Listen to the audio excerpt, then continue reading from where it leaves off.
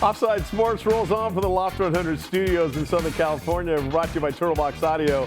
Find them at turtleboxaudio.com. This portion of the show presented by Babemos Tequila, made for those who chase the sun. Find your bottle at wedrinktequila.com. All right, Dave Pele fights the sports world rolls on. David, how long? I have known you for so long, and we have shared so many serious things together in our lives, but a lot of funny things. And the fact that you and Bieniemy going to blows. No, we did not actually go to blows. I would have lost. I would have told you right now. Oh, he was, at the time, he was a brick you-know-what. Yeah, How old is he older than you? We're same age. Same age. We're same age. I'm a foot taller than him. Yes. He would have killed me. One was training in the NFL. Yeah. Yeah. One was still a delivery boy. Yeah. All right, we'll talk about betting in the National Football League on the Super Bowl here in a second, but I just want to give you a guy's record, and you tell me if you think he's Hall of Fame worthy. 6 Super Bowls as a head coach, 1. All right? 2 Super Bowls won as an assistant coach to a Hall of Fame coach in Bill Parcells with the New York Giants. Is that Hall of Fame worthy? How about the fact Parcells has never won without him? Thank you. You know? CJ, you think that's worthy of the Hall? Yellow He's going to jacket? be in the Hall of Fame. Okay, Allison? Yes. Okay. The guy we're talking about, obviously New England Patriots head coach Bill Belichick, did not make it into the Hall of Fame. He won't be inducted into Canton this year. He fell short of the 40 out of 50 votes needed for induction in his first year of eligibility. And now this has kind of splintered those who vote on who gets into the Hall of Fame. There's people that said, hey, don't take what he's done off the field. I mean, there's a lot of guys who, if it was the Hall of Nice or the Hall of Good or the Hall of Really Good People, would not be in any of the Hall of Fames in Major League sports. Correct. It's what you do on the court, between the lines, on the diamond, football field and stuff. His record speaks for itself, but the Deflategate and the Spygate scandals are looming. Yes. And you've got guys like Barry Bonds and Roger Clemens in baseball.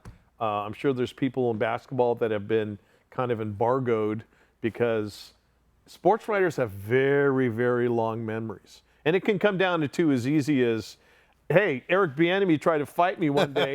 Now he's up for the Hall of Fame. I'm not voting for that guy. Or, CJ wasn't cool to my kid when I had him down on the diamond one time. No, I'm not voting for that guy in the Hall of Fame.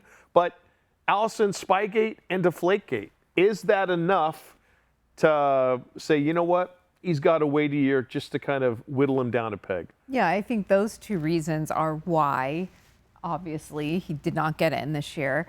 And I think, is it a punishment for those things? He was fined $500,000 Right. for Spygate. I think the team was fined $250,000. They lost a draft choice. Right. We know what happened with Brady with Deflategate, 4-game suspension type of They're thing. definitely the reasons why. And like you said, the media doesn't forget. Nope. And he also wasn't the most gregarious, friendly coach in press conferences with the media.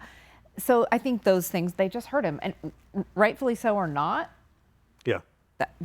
those are the reasons. CJ, enough to keep him out the first year? I think the NFL's trying to make some sort of stance on, hey, now we really care about the morals that go on in the NFL, when in reality they don't. Yeah. And so I don't think it was any good reason to keep him out the first time. Yes, this is all why. Now, I do think about the Major League Baseball Hall of Fame, and they really do take into account what happens off the field, like you said, and other people more than Sammy Sosa's, the McGuire's, McGuire's, yeah, and Bonds, and that's where I get a little lost in baseball. And like Pete Rose is like the main one, you know, the guy did everything on the field, and he's one of the greatest players of all time. Now you relate it back to the NFL, and you're like, well, we should just make these two different voting systems, because Belichick should be in the NFL Hall of Fame without a doubt. Everyone should have voted for him. Whereas in the MLB, you know, people get held out because of it. Totally. Dave? Yeah, baseball's the toughest one to get into. Basketball's the easiest. NFL's very tough as well. But this is a no-brainer. Greatest coach in the history of the sport when you look at his resume. My feeling is you win 2 Super Bowls, you're in the Hall of Fame. If you're a quarterback, if you're Jim Plunkett, you should be in. How long did it take Tom Flores? You wait too long. Ken Great Stabler point. takes too long. Yeah. There are guys that should be in. And unfortunately, as guys get older, and nothing's worse, I think, when you see families that have to go up there and speak after somebody has passed. Yeah. We need a chance to put them in. But the Bill Belichick thing's insane. It's to teach him a lesson. Robert Kraft this morning, as we do the show, was told he's not going in. Let's see what happens with Tom Brady, because it seems like this is a thing against the Patriots right now, because the greatest football player of all time, you telling me he's not getting in first ballot? Right. Because we just saw the greatest coach of all time not get in. The trophy, no joke, should be named the Bill Belichick Trophy. Forget about Vince Lombardi. The guy's won so many of them. Yeah. It's embarrassing. You know what? I will say it right now. I don't think Tom Brady gets in. First ballot? Because because of Deflategate. And Ryan Leaf came out and even said, no, Ryan Leaf does not have a box to stand on for anything. But he said, listen, no way does Tom go in the first time with a vote because of what he did in deflating those footballs. That, Allison, you raised such a great point about the fact that Belichick was such a curmudgeon, and he was such a tough interview. And we're on to Buffalo. Next question, and you know the short, curt one answers. And there are a lot of men and women in sports media who want to be buddy with the person. There's other guys, other women that are just like, hey, just give me the answer. I'm asking a question. Just give me an answer. Don't humiliate me in the course of you answering that. And I think there's a lot of grudges being held. Yep. Bill Polian is the one guy who came out, former GM of the Bills and the Colts, and said, yeah, was he Bills too? But here's the deal. It's embarrassing when it's him, because are you bitter because you couldn't make it to the Super Bowl because of the Patriots? And exactly. And that was the roadblock to their greatness. Exactly. Speaking of the Super Bowl, Dave sent us this little tidbit. Was it 1.75 billion is going to be wagered on the Super Bowl on Sunday? Legally. Legally. That's illegal stuff. Up 27%. So basically that takes all of California out, because you aren't supposed to be able to wager on the Super Bowl in California. Well, no, and no one does that illegally here in California. Blah, blah, blah. CJ, betting is up 27%.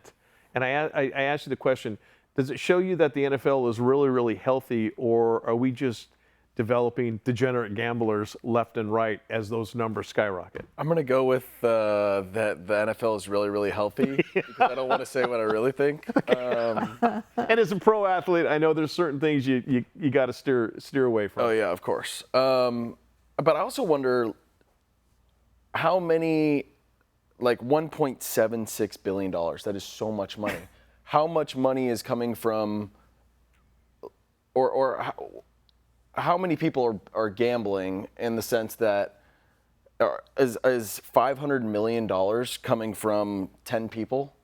Oh, I see. Like major whales betting $100,000 or so. People just who have so much money. Yeah, and listen, a lot of this is gamblers going to the sports books in Vegas, or where their sports betting is now legal in the United States. So a lot of it. I think the fact that it's so easy to do via an app on your phone, obviously in California, we can do daily sports like our sponsor Owner's Box, but I can't place a bet.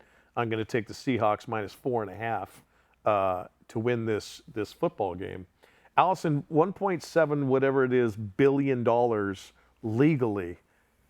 That doesn't even scratch the surface of how many illegal bets are going to be made on this game. Right. So many. I mean, people that live in other states where they can't gamble are finding ways to do it. Right. Or through an illegal bookie. Yeah, 100%. Yeah. So, I mean, it's, I don't know that we're degenerate gamblers, as you said, but I do think it's, you said it's up 27% from last year. I mean, that is enormous amount. I just think it's easier now, and so people have access to it. I'm surprised people have that much money to lose, but I think you bring up a good point. Is it just a group of people that have a lot more dollars to put in. Sure. No, they don't have more money. They're just doing it because they think they're right. They think they obviously, I'm going to put the money in, and if they blow it, they're in trouble. Like, Right. California, which you thought would be a state that you always hear and they need money here and there, that it would be legal here. No brainer. Right? No brainer. Yeah. But instead, here I am behind the grocery store in my neighborhood doing my same bets I've been doing since '87. I'm just joking on that one. And a Super Bowl. But you know what I'm saying? It's insane that it's not legal here when literally in Tennessee you can place a bet on every corner. Well, and a Super Bowl squares game is considered. What's the squares you talk about? Good answer. Good The answer. squares are so fun. Allison, what does that mean? We don't know what that means. FBI, Allison Ratzlaff, Offside Sports. It's down to so Seattle random. and New England. Who we think will win Super Bowl 60? We'll have our owners box bets of the show, and you say goodbye to a teammate. All that coming your way next as we continue here on Offside Sports. Don't go anywhere.